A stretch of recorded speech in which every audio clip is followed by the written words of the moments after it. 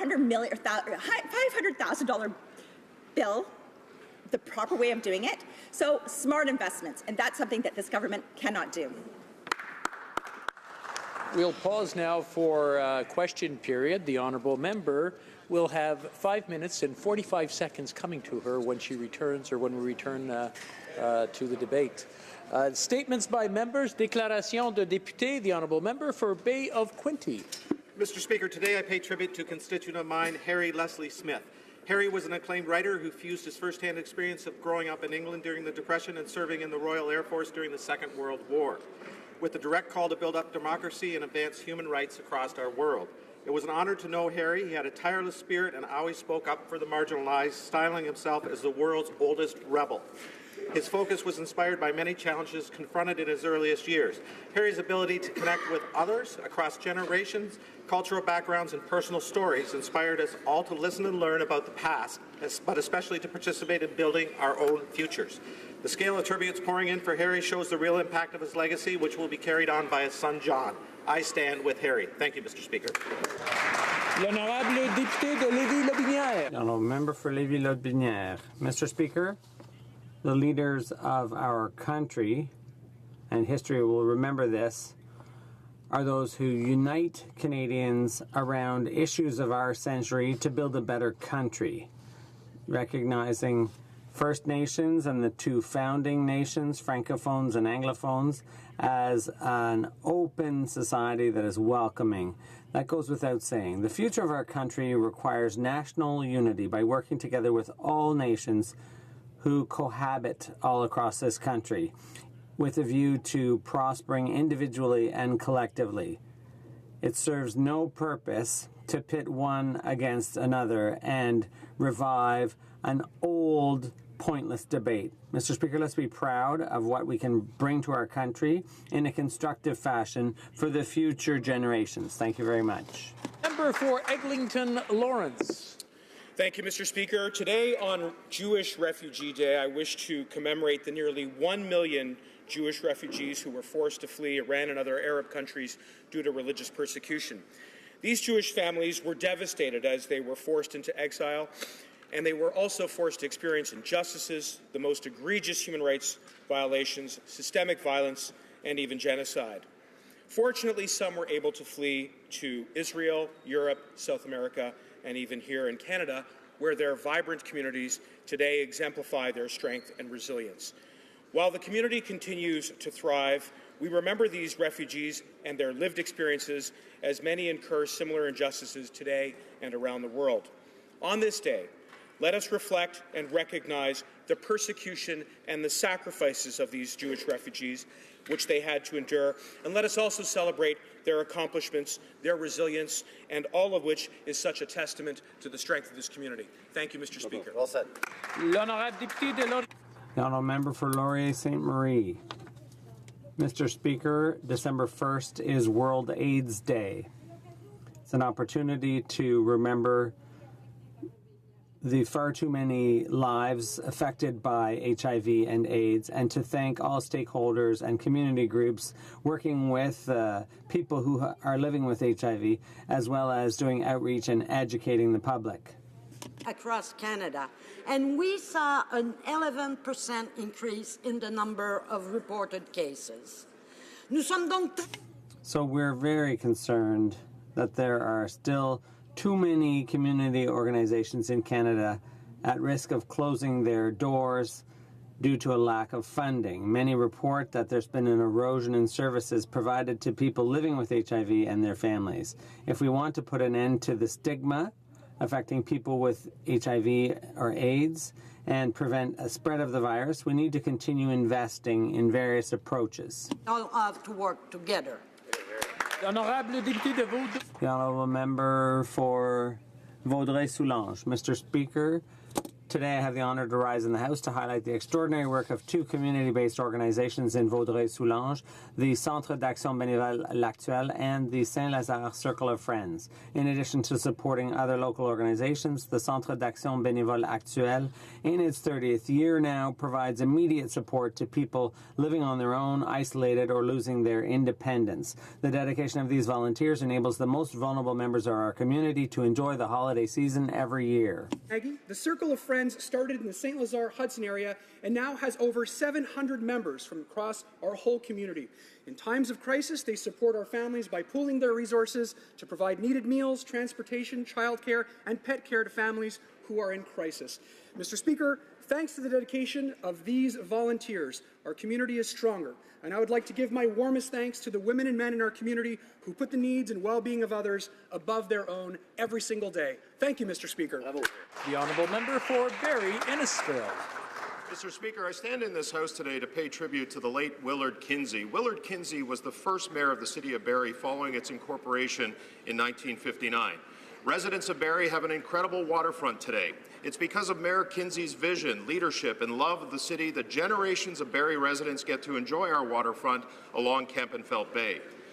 When I was first elected to council in 2006, like so many of my colleagues, I relied on Mayor Kinsey's wisdom and knowledge to serve my constituents, and he taught me so much about our history and public service.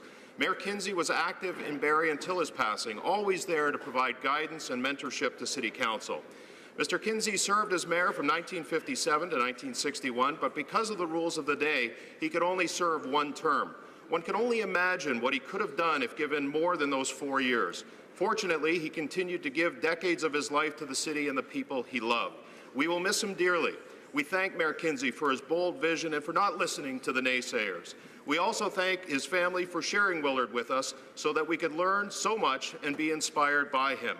May God bless Willard Kinsey and use him to create an even better heaven. L'honorable député. The honourable member for La Prairie.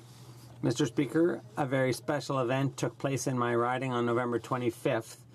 For the 20th year in a row, the Canadian Pacific Holiday Train traveled across my riding, making stops at places like Kanawaki, Saint-Constant, Delson, and Saint-Mathieu. At each whistle stop, people along the track were treated to Christmas classics by singer Jojo Mazon and Sam Roberts Band. According to organizers, over 10,000 came out to see the holiday train. That pretty much sums up how successful the event was. The train is unique in that it raises funds for various regional food drives. This year alone, CP raised $20,000 for these organizations. Mr. Speaker, I'd like to invite my constituents to give generously to the various food drives in the riding this Sunday. Many families will benefit from Christmas baskets and have a better holiday season. Thank you, Mr. Speaker. Valley North. Mr. Speaker, when we improve the health and the well-being of our children, they can do better in school. It is estimated that 1 in 5 Canadian children is at the risk of starting school on an empty stomach. And this is why school nutrition programs have become so popular. Earlier this month, I joined the Toronto Foundation for Student Success as it teamed up with schools such as Muirhead Public School in my riding to prepare and deliver healthy breakfast to students. And I watched each student smile happily. I commend the dedication of the Toronto Foundation for Student Success, participating schools, and the devoted parent volunteers who help prepare and serve these nutritious meals so that all students start their day ready to learn. Thank you, Mr. Speaker. The honourable member for Elgin, Middlesex, London. Thank you, Mr. Speaker. Mr. Speaker, today marks the end of Adoption Awareness Month. Throughout this month, we take special notice of adopted families and community partners across Canada and celebrate the joys and challenges that exist with families formed by adoption. For me, adoption is a topic that is close to home. My husband, Mike, was adopted at birth. Last week, I had the opportunity to meet with Adopt for Life, Ontario's Adoptive Parents Association, who were in Ottawa along with the Adoption Council of Canada and faculty and students from the University of Western Ontario to raise awareness about how Canada can better support families formed by adoption and how adoption has changed over the years. We spoke about the importance of attachment between children and their parents and families formed by adoption. Attachment is a crucial aspect of human development. This is often disrupted from kids in child welfare. I encourage MPs to support policies that help adoptive parents to strengthen these bonds and enable their children to thrive. Thank you, Mr. Speaker. The honourable member for Lac Saint-Jean. Mr. Speaker, I'd like to point out a special recognition that was received by an organization in my riding. The Bike Across Lac Saint-Jean was honoured again this year when it won the Outdoor Adventure Tourism Award at the Canadian Tourism Awards. It was just one of 3 finalists from coast to coast. This bike ride is a relative newcomer to the sports and tourism industry in our region, but it has really made a place for itself. This award shows how important this event is to Lac Saint-Jean. I'd like to offer my most sincere congratulations to all involved, particularly David Lecointre and Michel de Champlain, the director and president of the organization. You're the pride of the region. The 2019 version will take place from February 14th to 16th from Robertval to Père-Banca. Once again, my sincerest congratulations. Thank you. Mr. Speaker, Best Buddies is an international program that has operated for 50 years and now has 2,500 chapters worldwide. Today I rise to speak about one of them. Niagara's chapter of Best Buddies program partners with students at Brock University and provides opportunities for members like Stephanie Smith to participate in monthly outings and activities, including trips to the local hockey arena to cheer on our Ice Dogs, trips to Heartland Forest to learn about our natural environment, and even an annual trip to Toronto to attend a theatrical production. Stephanie met with me earlier this year to highlight how much Best Buddies means to her, her friends, and many students at Brock University. The Brock chapter of Best Buddies was established in 2008. The program pairs adults who have intellectual disabilities with students at Brock University to help build friendships, expand networks, and participate in monthly activities.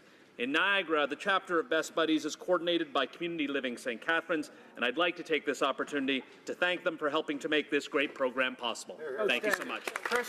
The honourable member for Flamborough-Glenbrook. Mr. Speaker, this year has been a particularly difficult one for the global Jewish community.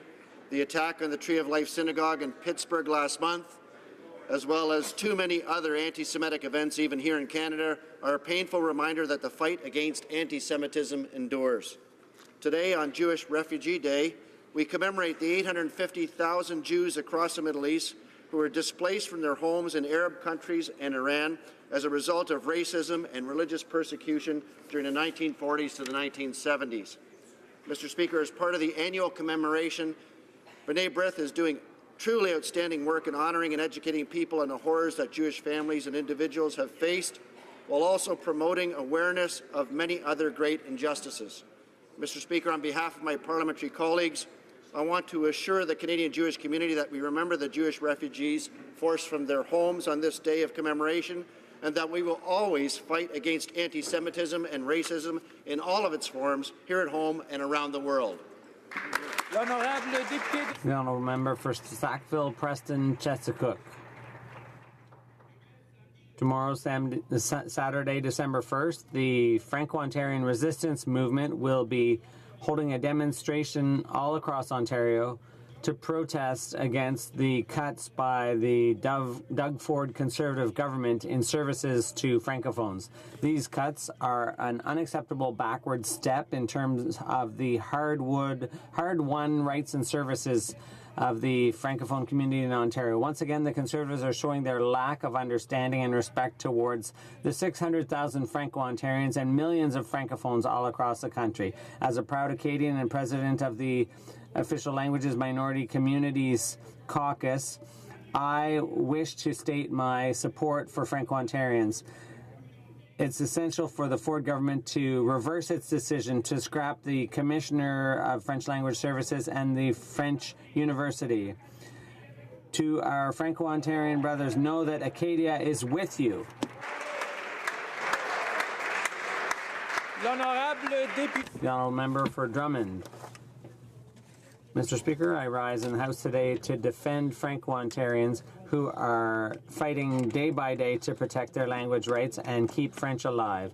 The ideological decision of the Ford government in Ontario to scrap the Commissioner of French Services and the French University threaten the development of the Franco-Ontarian community. The entire Francophone minority of Canada is concerned by this unfounded decision, unfair decision by the Ford government. History has shown that Franco-Ontarians have been brave and have never given up in the fight to preserve their hard-won rights. No one is indifferent to the fate of Franco-Ontarians. Francophone communities all across the country are mobilizing to defend their rights. The government must now prove that Francophone communities are important. They need to walk the talk. I would encourage as many people as possible to show up for these demonstrations. Ocean Trail, Eagle Creek. Yesterday, Saskatchewan gained another ally in its court challenge against the Liberals' carbon tax when New Brunswick's Attorney General gave notice that the province will intervene on Saskatchewan's side. Canadians know that the Liberal carbon tax is nothing more than a cash grab designed to make up for their reckless spending. We understand that this is a global issue and that unless countries like China reduce their greenhouse gas emissions, global emissions will continue to increase. The Liberals' carbon tax gives exemptions to big businesses, while their anti-resource legislation hurts the middle class and cripples Canada's economy, all the while doing nothing for the environment. Their carbon tax is not an environmental plan, it is a revenue plan. Residents of Saskatchewan welcome New Brunswick's support in our fight to make life more affordable for middle-class Canadians and those working hard to join it. Now, a member for Argenteuil-La Petite Nation. Thank you, Mr. Speaker. This year, the Invictus Games will be held from October 20th to 27th in Australia. This is the only international event, sporting event, for active military personnel and veterans. It's a unique opportunity to celebrate these men and women who have made incredible sacrifices for their country. I've been filled with some incredible moments of strength, courage, and compassion. I am very proud of our 39 athletes who competed this year against 17 countries around the world. This game shows us the power of sport. These men and women found the motivation to move on and not to be defined by their injuries. Our government knows how important it is to support veterans and their families, and that is why we reopened Veterans Affairs offices, because, in our view, access to services for our veterans is essential. Oral questions, question orale, the Honourable Opposition House Leader. There's a troubling media report last night claiming that the Liberal member from Brampton East and the Minister of Innovation were both given confidential information about a real estate transaction in Brampton. The report says that the results of the investigation into this deal have been referred to the RCMP. Wow. My question is for the Minister of Innovation, Science and Economic Development. Is this media report true? Did the minister receive confidential information about a real estate transaction in Brampton? The Honourable Government House Leader. Mr. Speaker, any insinuation of wrongdoing by the Minister of Innovation is absolutely false, and repeating it outside this chamber will be met with a strong response from the minister's lawyer. Thank you, Mr. Speaker.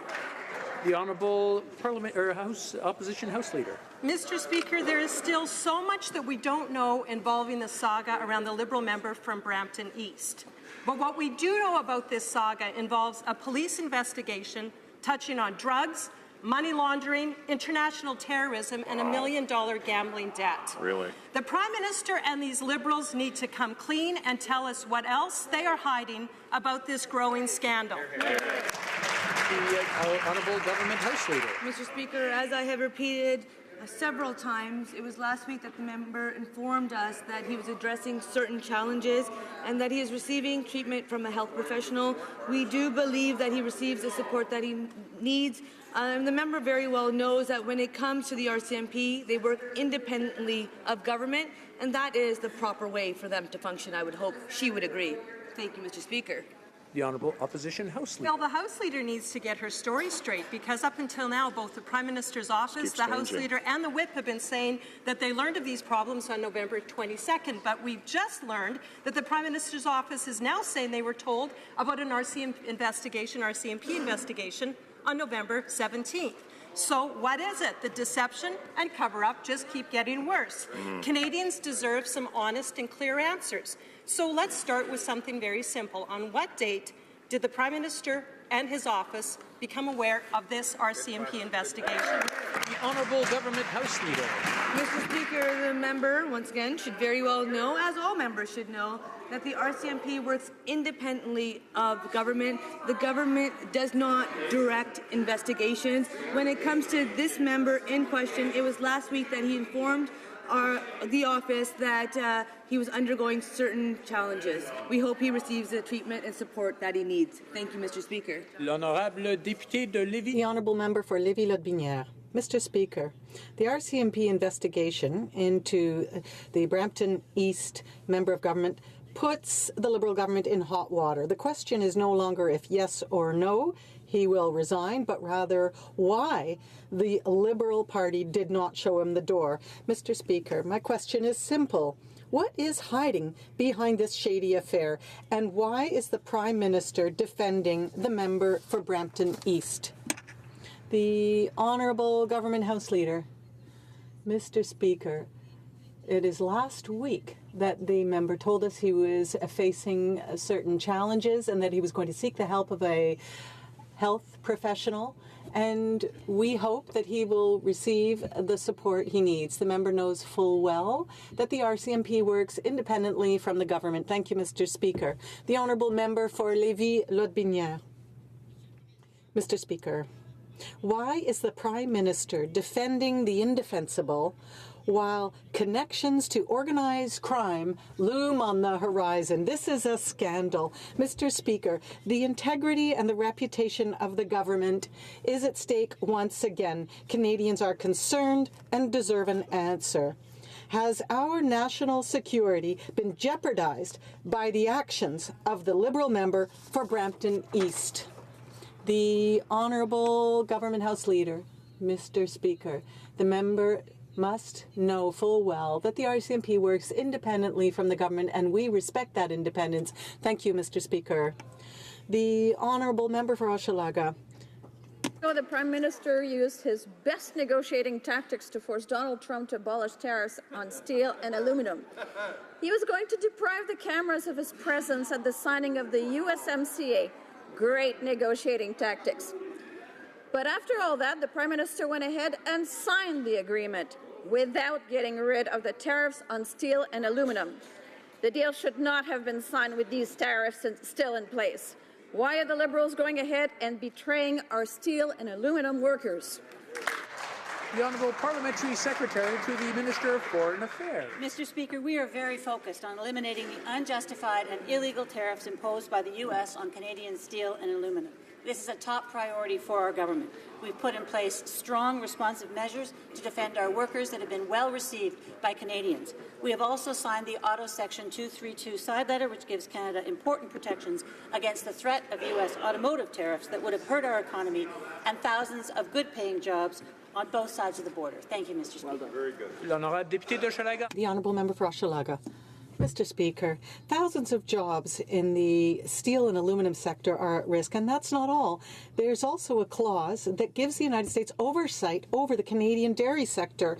On top of having opened up a breach in supply management for the third time in 3 years, the Prime Minister has just signed a document that gives the Americans control over our system and that endangers our sovereignty. Why is it that the Liberals always use our agricultural producers as a bargaining chip?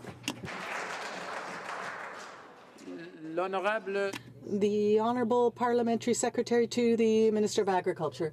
Mr. Speaker, the NDP is saying things in this House But behind closed doors, they admit that this is an agreement that is protecting thousands of Canadian jobs. The leader of the NDP celebrated the event during an event on Tuesday, 30th of October in Ottawa. And the member for Rosemont-la-Patrie, who is also the Quebec lieutenant for the NDP, called the agreement as the best possible agreement. Thank you. The honourable member for Rosemont-la-Petite-Patrie. Mr. Speaker, it's a bad agreement for producers and for steel and aluminum workers, and we'll continue to say that. Mr. Speaker, do you remember when the Prime Minister was elected and he said things would be done differently, that they would avoid conflicts of interest and even any appearance of a conflict of interest? But after investigations into the Prime Minister himself, the Minister of Finance, and while the Commissioner is assessing the case of the member for Léonard Saint-Michel, now it's the turn of the Liberal member for Brampton East to be the subject of an investigation, where still the RCMP is also on his case. What's happening within the Liberal Party? Does anything go? The Honourable Government House Leader. Mr. Speaker, the member has said many things, and he can say what he will, but he must know full well that the RCMP works independently from the government, and we on this side of the House respect their work. Thank you, Mr. Speaker. The honourable member for Rosemont-la-Petite-Patrie. Well, it doesn't look like things are being taken too seriously on their side. You know, this is no small matter. While the member for Brampton East was sitting on the Finance Committee, he asked some pretty troubling questions. For example, he said, how many resources does FinTrack have to go after each little $10,000 transaction? If I'm money laundering, I'm not doing transactions in the millions to catch attention. I'm doing them at the 10,000 limit to get away with it. 10 or 15,000, end of quote. If those questions attracted the attention of the RCMP, why didn't they not attract the attention of the Prime Minister? The Honourable Government House Leader. Mr. Speaker, we take all these things very seriously, and I'm going to repeat once again that the work of the RCMP is done independently from the government.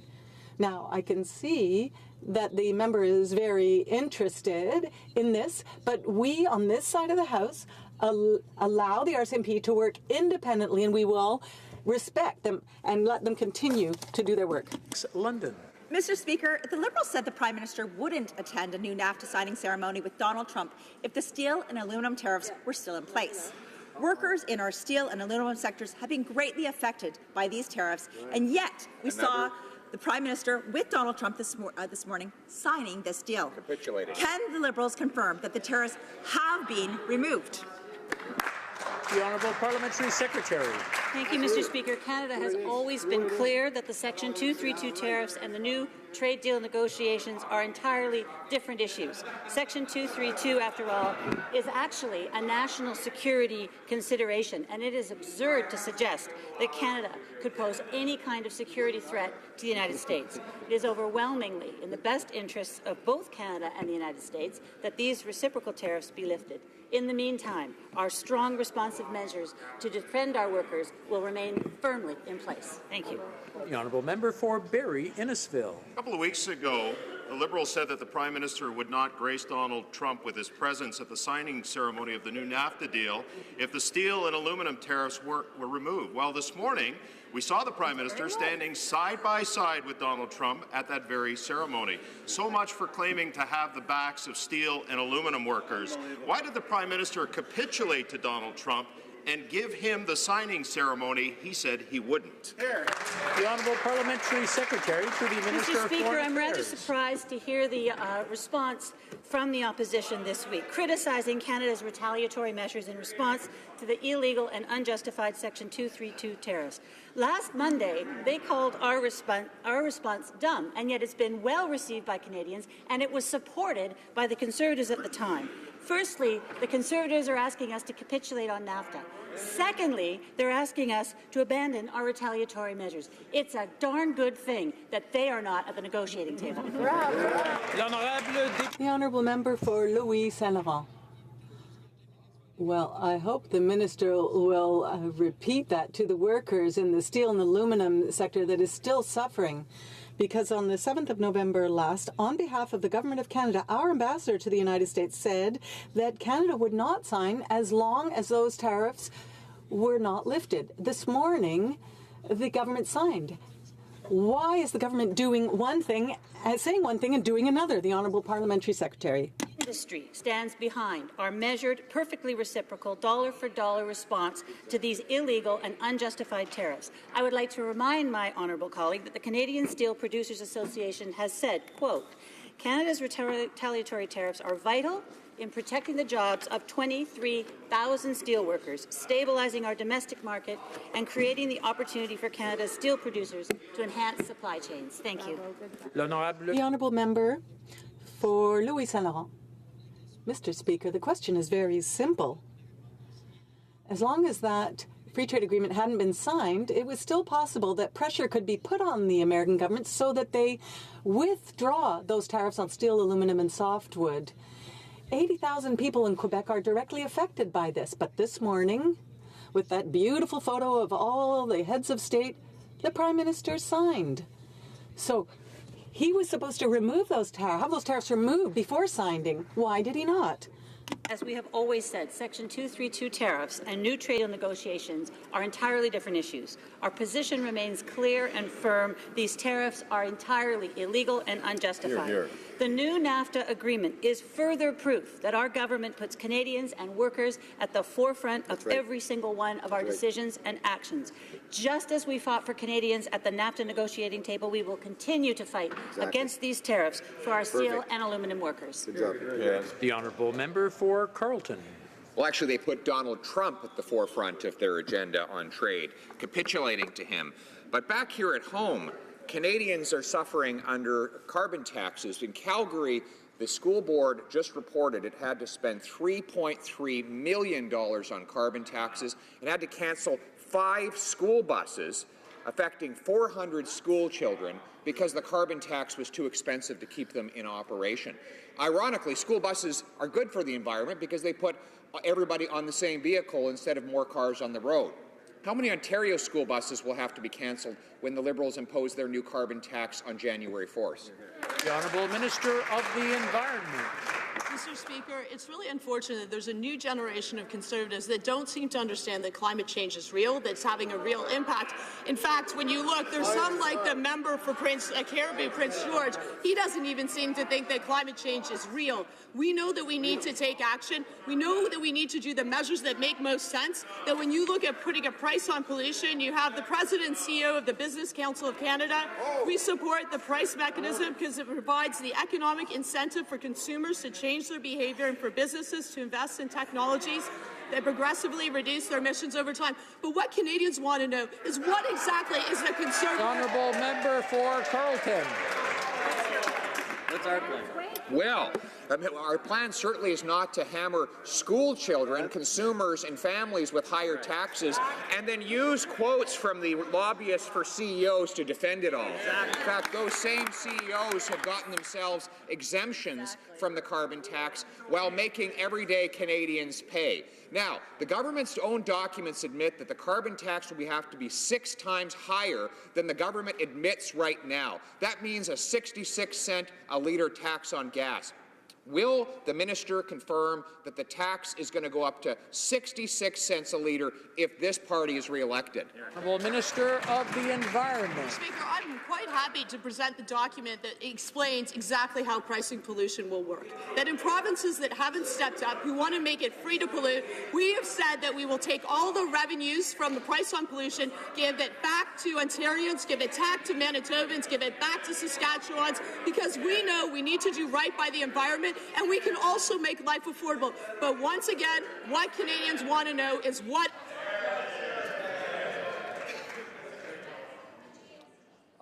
The honourable member for Carleton asked a very good question. I'm trying to hear the answer, and I'm having a hard time. So I would ask the members to quit shouting across. I'll let the honourable minister for the environment. Finish her answer. But, Mr. Speaker, maybe I could just talk about what doctors from around the world are saying, that they're saying a price on pollution is the best treatment for a major public health crisis afflicting the country.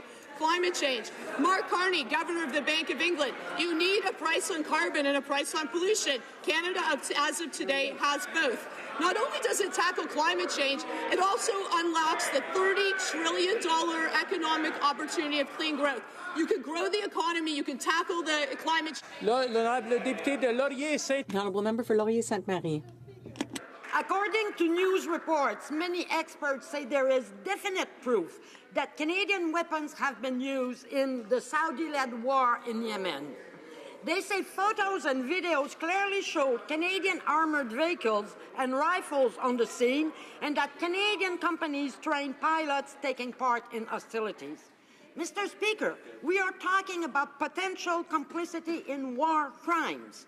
Will the government wake up and launch an immediate independent investigation? The Honourable Parliamentary Secretary to the Minister of Foreign Affairs. Thank you, Mr. Speaker. Canada calls for an immediate ceasefire in Yemen. We deplore the humanitarian disaster and demand immediate access for life-saving food and aid.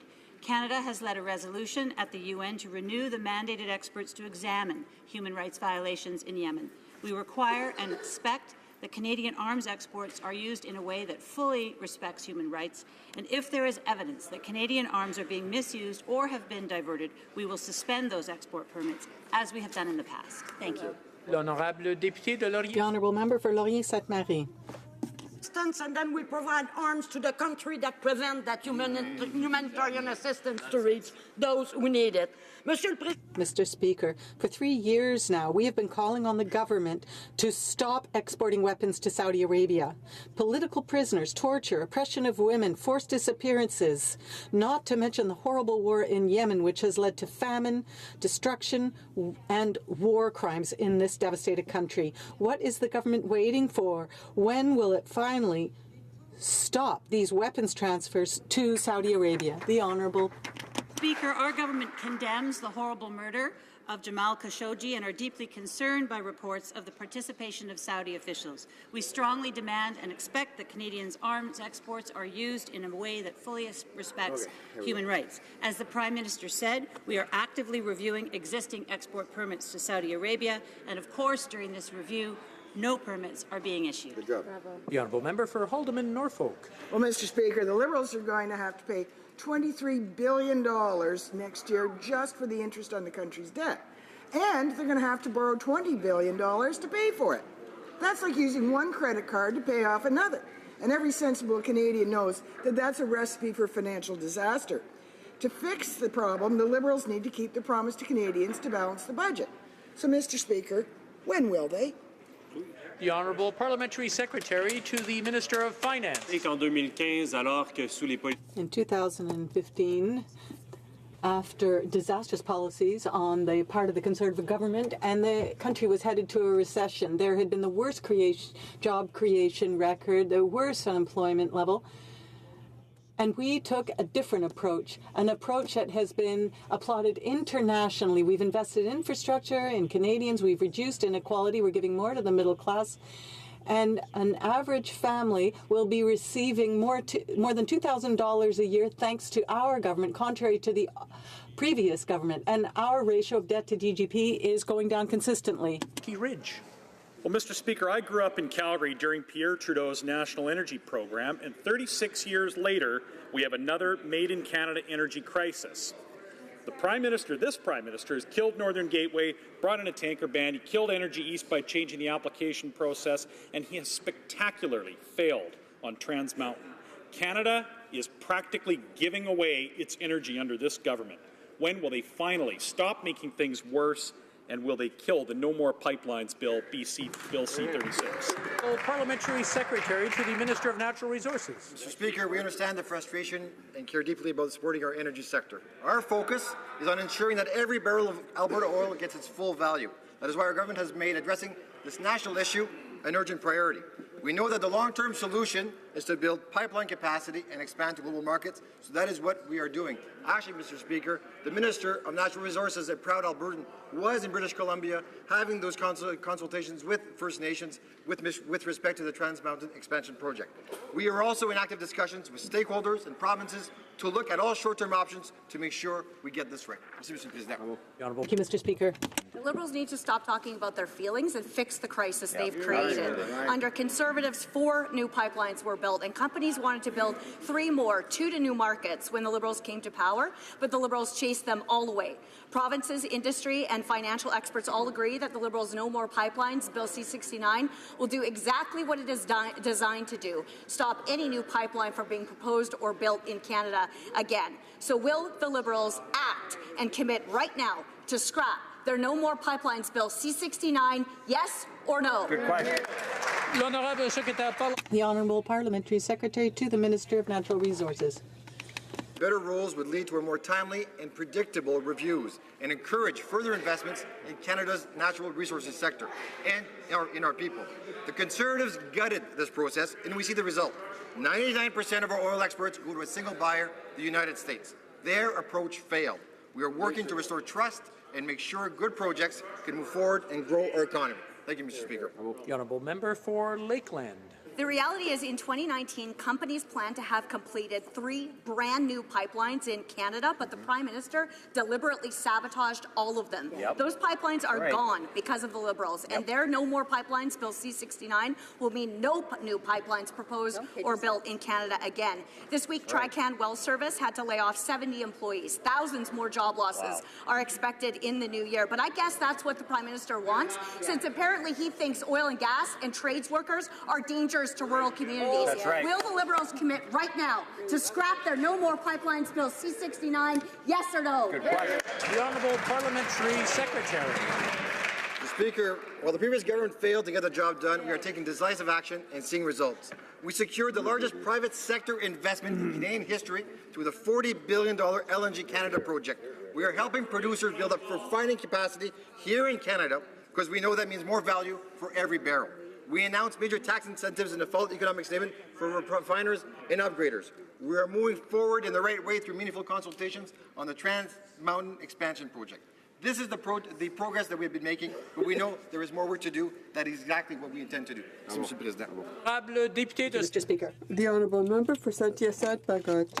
Mr. Speaker, the Liberals have once again caved in to President Trump. NAFTA 2.0 contains a clause which gives the U.S. oversight on our management system, really. Not only have Liberals sacrificed our food sovereignty, but they're telling us that they've signed a good agreement. What nerve. The Honourable Parliamentary Secretary to the Minister of Agriculture. Mr. Speaker, we understand that there will be repercussions for our producers, and we intend to support them in order to promote their success. We are working with producers and processors in the dairy sector and egg and poultry sector, and we're going to help them innovate so that they can remain competitive for generations to come. The Honourable Member for Salaberry-sur-Loire. What the member just said, Mr. Speaker, makes no sense. 3 times in 3 years, be it with CETA, the TPP, or the USMCA, the Liberals have opened a breach in the supply management system. Worse yet, there is a clause that gives the U.S. oversight on our system. The Liberals promised to protect supply management no matter what. Now our producers regret what they said and regret it bitterly. How can the Liberals continue to say that they are there to protect our farmers? The Honourable Parliamentary Secretary. Mr. Speaker, let me repeat. The NDP says one thing here and another behind closed doors. Their leader celebrated the agreement during an event on October 30th. Now, the member for Rosemont-La Petite Patrie said this was the best possible agreement. The NDP admits in private that it's a good agreement because it protects millions of Canadian jobs that were threatened. Thank you, Mr. Speaker. The honourable member for Dorval-Lachine. Mr. Speaker, people in les Îles de la Madeleine had seen their communications cut by a terrible storm. They were cut off from the rest of Quebec.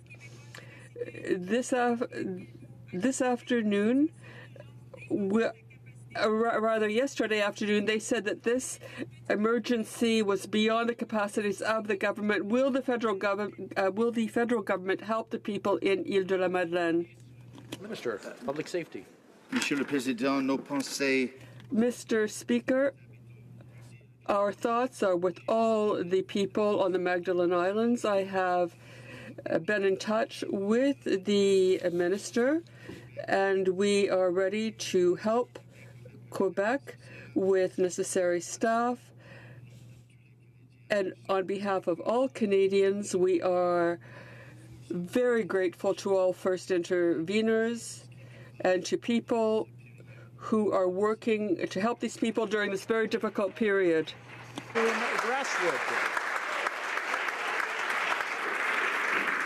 Mr. Speaker, the Liberals are not taking Canada's national security seriously. New Zealand is our third of our major allies to block their biggest telecoms from giving Huawei access to their 5G network. They understand that giving the Chinese government access is cause for alarm. Why doesn't this Liberal government understand the national security risk and say no way to Huawei? The Honourable Parliamentary Secretary to the Minister of Innovation. Mr. Speaker, as we've said a number of times, our government will never compromise our national security.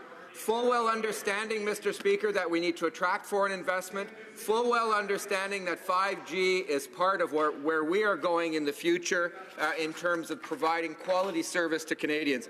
Mr. Speaker, for some time now, the Conservatives have been playing politics with national security.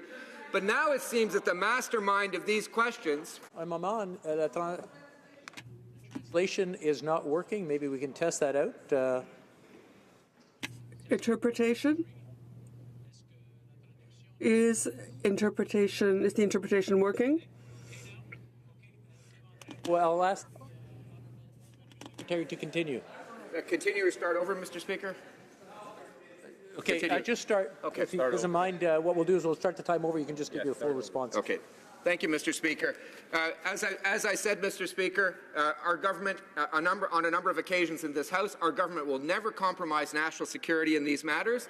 Yet we have to be open to global investment, Mr. Speaker, and certainly 5G is part of our plan moving forward in order to provide a good quality service to Canadians from coast to coast to coast. For some time, Mr. Speaker, Conservatives have been playing politics with our national security. It seems the mastermind of these questions, their Director of Communications, Jake Enright, is working for the same company they say is a threat to our economic prosperity. Makes you wonder, Mr. Speaker, who they're serving. The Honourable Member for Charlebourg, Haute-Saint-Charles. Once again, Mr. Speaker, same subject. Australia, US, New Zealand. The Five Eyes, 2 aren't on board yet, but 3 have abandoned. Huawei have blocked it. Why does the Prime Minister not think that this is a security risk for Canada? The Honourable Parliamentary Secretary. Mr. Speaker, as I said in English, we are open to global investments that will help our growth and our development of the 5G system. This is really important for the future. This said, we will never compromise national security, but it's very strange to see their former Director of Communications, Jake Enright, who is working for the very company they just cited. Very strange, Mr. Speaker. The Honourable Member for Charlebourg, Haute-Saint-Charles. It's not Mr. Enright who's asking the questions. I'm asking the questions on behalf of Canada. Mr. Speaker, let's talk about illegal migrants. We have learned that it's going to cost more than $1 billion to manage this situation. Further, yesterday, the minister misled this House and contradicted the parliamentary budget officer when he said that the system was working. And the great majority of illegal migrants come from Nigeria, which proves that the Prime Minister's irresponsible tweet is the reason for this whole mess. When are they going to put an end to this crisis?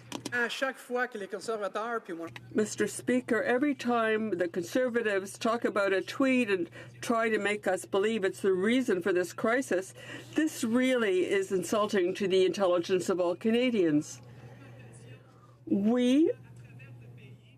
There is an increase in migrants. We are proud of the fact that we have one of the best systems in the world to protect our borders and to make sure that everyone has access to a system that is transparent, fair, and balanced. That's what Canadians expect of us, and that's what we're doing. Bill. Yesterday we learned that Prime Minister's famous tweet will cost Canadian taxpayers over $1 billion by 2020. This does not include millions spent by the provinces on top of it. Right. Since that tweet, 38,000 illegal border crossers have walked into Canada. Meanwhile, real refugees who play by the rules continue to wait for years.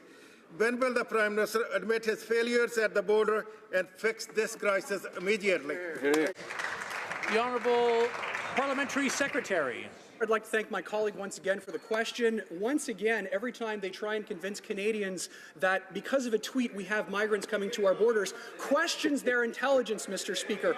The one thing that I will say is that they are very quick, Mr. Speaker, to forget their own record. In fact, 230,000 asylum seekers came into Canada under their watch. And what did they do to improve on the system, Mr. Speaker? Absolutely nothing. No, wait a minute, I made a mistake. They cut $400 million from the system. And in fact, they went so far as to cut medical services from women and children. That's their record, not ours. We're going to do better. The Honourable Member for Abitibi, James Nunavik, EU. The housing crisis in the north is so severe that Nunavik alone needs 1,000 houses today alone. It's a serious problem. The lack of housing leads to social challenges, marginalization, and mental health problems. A woman recently died in my riding after losing her home. The UN Declaration directs Canada to ensure the well-being of Indigenous elders, women, youth, children. The Inuit want to know, Mr. Speaker, will the Prime Minister call in the state of emergency to finally address the housing crisis? The Honourable Parliamentary Secretary to the Minister of Indigenous Services. Distinction-based strategies, housing strategies with our First Nation, Inuit, and Métis partners. Budget 2018 invested $600 million over 3 years for First Nation housing, $500 million for Métis Nation housing, and $400 million for Inuit-led housing. This funding is a significant step towards addressing the housing gap in our Indigenous communities. We will continue working to close the unacceptable housing gap in Indigenous communities. The Honourable Member for Nanaimo, Ladysmith. As the 16 days of action to end violence against women go on, women's groups across Canada still struggle to keep their doors open. These groups give critical frontline service to women fleeing violence. They told us, quote, if you value the lives of women, you're going to appropriately fund those organizations that are serving these women and potentially saving their lives. Liberals say they want to end violence against women. Why won't they fund core, secure operations funding for these brave groups saving women's lives? The Honourable Parliamentary Secretary to the Minister of Status of Women. Mr. Speaker, I thank the Honourable Member for the question. Our government understands that a strong and vibrant women's movement across Canada is essential to supporting the middle class and those working hard to join it. but women's organizations must have the capacity and resources to do their good work. That is why, after 10 years of being undermined by the Harper government, Mr. Speaker, we launched the Capacity Building Fund stemming from Budget 2018, an investment, Mr. Speaker, of $100 million over 5 years to increase organizational and sector capacity.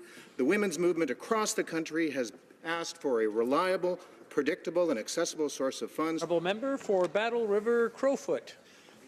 Mr. Speaker, Alberta is losing over $80 million a day on heavily discounted oil. We're losing foreign investment, leaving Alberta and Canada. We've lost over 100,000 jobs, and the bleeding isn't about to stop anytime soon. Why? Because this government has halted, cancelled, or delayed every major energy project. They've put in ridiculously onerous regulations, and they're giving us the No Pipeline Bill C-69. Mr. Speaker, not if, but when will this Minister of Natural Resources kill Bill C-69? The Honourable Parliamentary Secretary to the Minister of Natural Resources. Thank you, Mr. Speaker. Let's be very clear. The piece of legislation, Bill 69, will encourage further investments because it will give investors greater certainty through shorter timelines, early engagement, and one project means one review. The Conservatives can focus on rhetoric. We'll focus on getting the job done for our energy sector. Exactly. Thank you. The Honourable Member for Bow River. Thank you, Mr. Speaker. The Liberal government has failed Canadian energy workers. Over 100,000 and counting are out of work. Small businesses across my riding of Bow River have been devastated, and they don't even get the carbon tax exemptions the Liberals have given to large corporations. Rather than fix the problems they've caused, the Liberals are doubling down with their anti-Canadian energy bill C-69. This bill will be the final nail in the coffin of the Canadian energy. When will this government show they care about Canadian energy workers and cancel Bill C-69? The Honourable Parliamentary Secretary. Mr. Speaker, as I said before, Bill C-69 is meaning one project, one review to give certainty to the industry. But let me tell you, Mr. Speaker, the horizon is actually looking very well for the energy sector. I know the current times are difficult. However, over the next 10 years, there are over $500 billion in proposed private sector's investment in the natural resources sector alone. In Alberta alone, that includes 102 energy projects representing an investment of $178 billion. These projects do not just mean development for energy sources, they mean jobs for Albertans. The Honourable Member for Kamloops, Thompson Caribou. Mr. Speaker, the Prime Minister promised several important pieces of Indigenous legislation before the next election. 3 years in and nothing to report. The Rights and Recognition Framework is stalled. The Language Act is nowhere to be seen. Child Welfare Act, well, today they proudly announced that someday they're going to table some legislation. Additions to reserve buried in a budget bill with no consultation. Overpromise, no delivery. Can the minister tell us if any of the promised legislation will be law before the end of this Parliament? The Honourable Parliamentary Secretary to the Minister of Indigenous Services. Mr. Speaker, our government is delivering on a new relationship with Indigenous peoples that empowers communities and advances self-determination. New investments of $16.8 billion through budgets mean 156 new school projects, 359 new water projects, and 165,000 requests from First Nations children have been approved under Jordan's principle. We know there is more to do, and we are committed to getting the job done. The Honourable Member for Pontiac. Thank you, Mr. Speaker. My riding of Pontiac is on traditional Algonquin territory, and I'm so proud to be working with this great nation, including the Algonquin of Barrier Lake. Je collabore avec leur communauté pour I have been discussing issues of housing and schools with their community. Default management prevention policy has really hindered the success of this and many other First Nations communities. Our government has been working with communities to enhance financial and administrative capacity, and the Algonquin of Barrier Lake are well on their way to exiting this policy. So can the Parliamentary Secretary to the Minister of Indigenous Services please update this House on the work underway towards a more respectful fiscal relationship with our First Nations? The Parliamentary Secretary to the Minister of Indigenous Services. Mr. Speaker, je voudrais remercier l'honorable. Mr. Speaker, I'd like to thank the honourable member for Pontiac for his question and his work. Relationship between Canada and First Nations based on the recognition of rights, cooperation and partnership. We are implementing proposals from First Nations, including more flexible and predictable long-term funding for eligible communities, a replacement for the default prevention and management policy, and the establishment of an advisory committee that will guide this work. We will continue to work with partners to build a strong future together for First Nations and all Indigenous peoples. The Honourable Member for Portneuf-Jacques-Cartier. Thank you, Mr. Speaker. The regions of Canada have to deal with issues that are very different from those in the cities, and we have to give them the tools they need to develop. The government must respect the specificity of certain geographic areas, and from the point of view of security, these people should not be abandoned. In Abitibi-Témiscamingue, the airport of Rwanda, there, NAV Canada seems to be poised to eliminate night services. What does the minister intend to do to protect the regions? The Honourable Parliamentary Secretary to the Transport Minister. Mr. Speaker, the safety and security of our airports is extremely important to us. The Minister is working with NAV Canada to make sure that that security at airports enjoy full security, but for the present time, they're not going to cancel night services. Mr. Speaker, as a Francophone, a proud Francophone, I was shocked to see what the Ontario Conservatives are doing with respect to French language services. I'd like to know if there is a plan to ensure the dynamism and flourishing of official language minority communities. The Honourable Minister. Thank you, Mr. Speaker, and I thank my colleague, the member for Vimy, for her excellent question. Our government has an excellent plan to support official languages minority communities. We have put $2.7 billion into this, and this includes funding for education and infrastructure. Mr. Speaker, we've always shouldered our responsibilities. We've done our share, and we continue to do so, and we will work to support Franco-Ontarians. Conestoga. Mr. Speaker, this morning the Prime Minister signed the USMCA along with the Presidents of the United States and Mexico.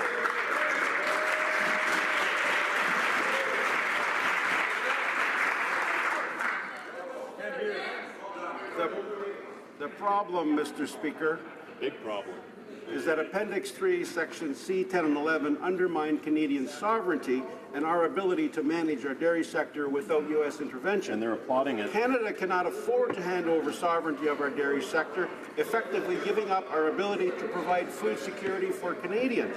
Why did the Prime Minister capitulate to Donald Trump at the expense of our dairy sector? Stand up and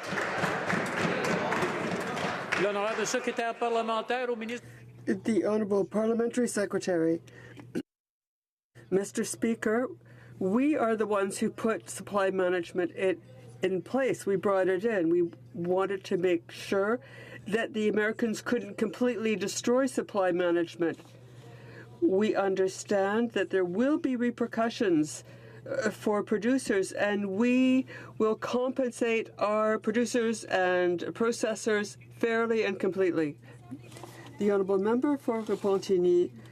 Mr. Speaker, the National Assembly just passed a unanimous motion to denounce provisions in C-86 which offers protection to consumers with respect to credit, which is not as good as the legislation in Quebec. This motion enjoins the government to not enforce provisions affecting sectors where Quebec has already provided standards. Will the government amend C-86 to specify that Quebec legislation will continue to fully apply? The Honourable Parliamentary Secretary. Thank you, Mr. Speaker. And we are committed to providing the greatest protection for consumers with respect to the financial sector, and will continue to do so. The Honourable Member for Manicouagan. Mr. Speaker, this is the second time that this bank-friendly government has tried to remove rights from Quebec consumers. With C-86, there's the real possibility that the Consumer Protection Bureau will no longer be able to help people with a recourse. This means that a citizen who's been conned will have no free recourse and will have to pay to take the banks and their army of lawyers to court. Will the 40 Liberal Quebecers defend these people? Mr. Speaker, as I said, we are committed to offering the greatest possible protection to Canadian consumers and to do so with respect to provincial jurisdiction. Thank you, Mr. Speaker. Calgary Skyview. Thank you, Mr. Speaker. With Alberta's economy hurting, Albertans are worried for their future. Bill C-69 is also a huge concern. Office vacancies are close to 30% in the city of Calgary, and the downtown core has lost over $12 billion in assessed value since 2015. With pipeline paralysis and oil being sold at $10 a barrel, unemployment has risen to 8.2% in Calgary. My question is to the Minister of Natural Resources. Will the Minister seriously consider province's request to help buy more rail cars in order to reduce market access backlog and to avoid cutbacks in oil production? Thank you, Mr. Speaker. The Honourable Parliamentary Secretary to the Minister of Natural Resources. We understand the frustration and care deeply about supporting our energy sector. We know that the solution is to build pipeline capacity and expand to global markets. That is the work we have been doing and we will continue to do. Currently, there is no consensus within the industry on short-term solutions. That is why we are in active discussions with stakeholders in provinces, including the Alberta government, with the goal of bolstering the competitiveness of this sector. We welcome workable solutions. We will not back down from supporting this sector and the hard-working Canadians it employs. For Regina Louvain. USMCA, CUSMA, MUSCA.